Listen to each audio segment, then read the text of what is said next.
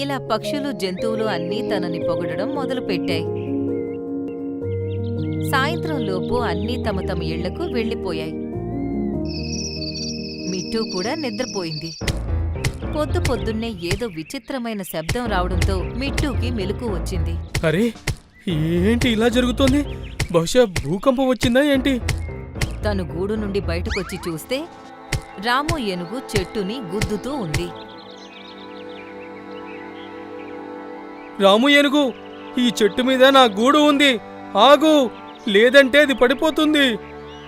అరే, కావాలంటే వేరే చెట్టు మీద గూడు కట్టుకో, కానీ నేను మాత్రం ఆగను. నేను ఎలాగైనా ఈ చెట్టును పడగొట్టి తీరుతాను. చుట్టుపక్కల జంతువులన్నీ జమయ్యాయి.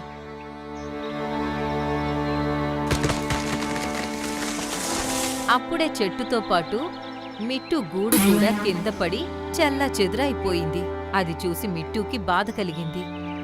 నువ్వొక దుష్టుడివి రాము ఏనుగు, నేను ఒక అవిటి చిలుకని.